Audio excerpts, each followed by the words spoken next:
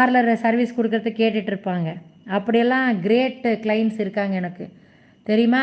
நான் என்ன பண்ணுவேன் தெரியுமா, தீபாவளிக்கு மத்தியானம் நான் தனியாக இருந்தேன்ல, கொஞ்ச நாள் சிங்கிள் மதராக இருந்தேன், ஒரு 3.5 இயர்ஸ் சிங்கிள் மதரு.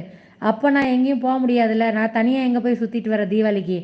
அப்போ என்ன பண்ணுவேன், 2 மணி வரைக்கும் அட்டன் பண்ணிவிட்டு பேசாமல் மொபைலை வந்து ஸ்விட்ச் ஆஃபில் போட்டுட்டு கதவை வந்து சாத்திட்டு வீடு பூட்டி இருக்க மாதிரி ஒரு ப்ரிட்டன் பண்ணிவிட்டு நான் பாட்டுக்கு உள்ளே வந்து வைப்ரேட்டில் வச்சு விட்டுட்டு இல்லைன்னா சைலண்ட்லேயே போட்டு தூங்கிடுவேன்.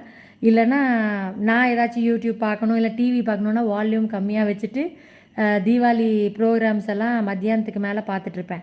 அப்புறம் சாயந்தரம் அம்முன்னு என்னோடய ஃப்ரெண்டு இருக்காங்க, அவங்க வருவாங்க. அப்புறம் நாங்கள் மொட்டை மாடியில் போய் மத்தாப்பு தானே இது பண்ணுவோம், நாங்கள்லாம் பாம்பு அதெல்லாம் வாங்க மாட்டோம். மத்தாப்பு மட்டும் வாங்கிட்டு அதை மட்டும் 4 வீடியோ எடுத்துகிட்டு அப்புறம் புது ட்ரெஸ் போட்டு மேக்கப் போட்டு சாயந்தரம் போய் இதுதான் வேலை. அப்போது கிளைண்ட் வரதான் செய்வாங்க. நைட்டு தீபாவளி அன்னைக்கும் ஒரு 9:30 வரைக்கும் வரதான் செய்வாங்க. நம்ம இவங்க வீட்டில் தானே இருப்பாங்க, எங்கே போயிட போகிறாங்க அப்படின்னு வருவாங்க. ஹாய் சஞ்சய், எப்படி இருக்கீங்க? எனக்கு ப்ளஸ்ஸும் அதுதான், கிளைண்ட்ஸ் வந்து எப்போ வேணாலும் வராங்க, எப்போ வேணாலும் போகலாம் அப்படிங்கிற ஒரு ஹோப் கொடுத்து வச்சுருக்கிறனால அது எனக்கு ப்ளஸ்ஸும் தான். நான் எங்கேயாச்சும் என்னோடய பர்சனல் டைமை ப்ரைவசி டைமை ஸ்பெண்ட் பண்ணலான்னு போகும்போது அப்போ வந்து நின்றுட்டு நான் இந்த ஊர்லேருந்து வந்தேன் அந்த ஊர்லேருந்து வந்தேன் அப்படின்னு சொல்லி எனக்கு அச்சச்சோ கிளம்பிட்டோமே அப்படின்னு போன இடத்துல நிம்மதி இல்லாமல் ஆக்கிறதும் என் கிளைண்ட்ஸு தான். அது நெகட்டிவாகவும் இருக்குது, வீட்டோட அட்டாச்சாக வச்சுருக்கிறது பாசிட்டிவாகவும் இருக்குது.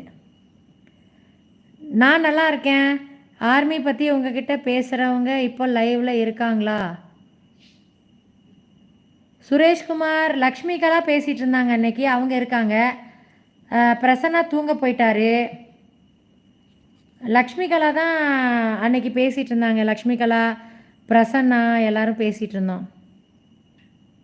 ஏன் சுரேஷ்குமார் சொல்லுங்கள்.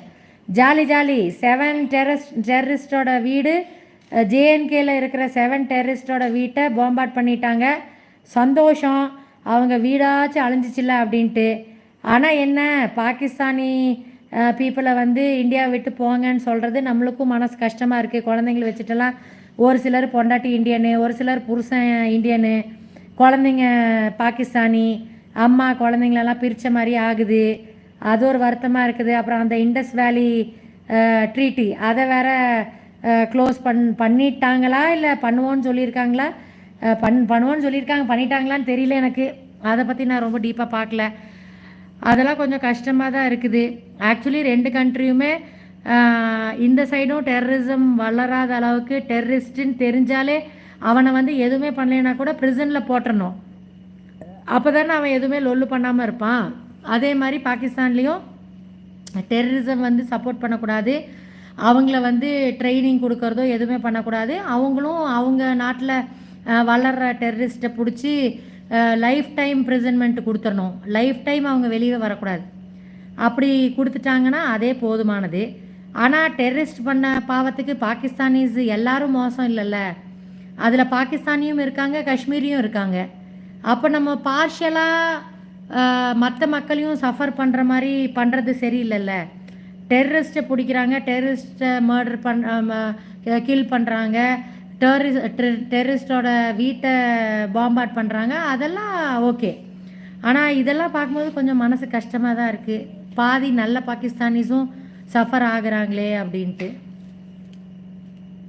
இன்றைக்கி ஒரு வீடியோ பிரசன்னாக்கு லக்ஷ்மிகலாக்கெல்லாம் ஷேர் பண்ண வரவங்களே, ஒரு ஆள் கீழே கன் ஷாட் போயிட்டுருக்குது கீழே, அவன் வந்து ஜிப்லைனரில் ஜாலியாக ஆஹா ஊஹூன்ட்டு அவன் வந்து ஏரியல் ரெக்கார்டிங் பண்ணிகிட்ருக்கிறான். ஏரியல் வியூ காமிச்சு கீழே டெரரிஸ்ட் ஓடிட்டுருக்காங்க.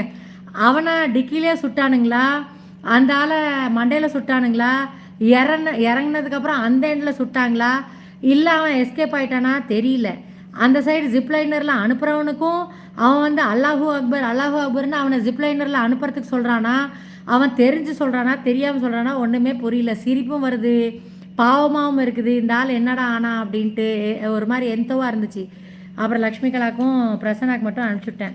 ஆர்மி பற்றி உங்ககிட்ட பேசினவங்க அதே படிச்சிட்டேன். சஞ்சய், நான் நல்லா இருக்கேன், நீங்கள் எப்படி இருக்கீங்க சஞ்சய்?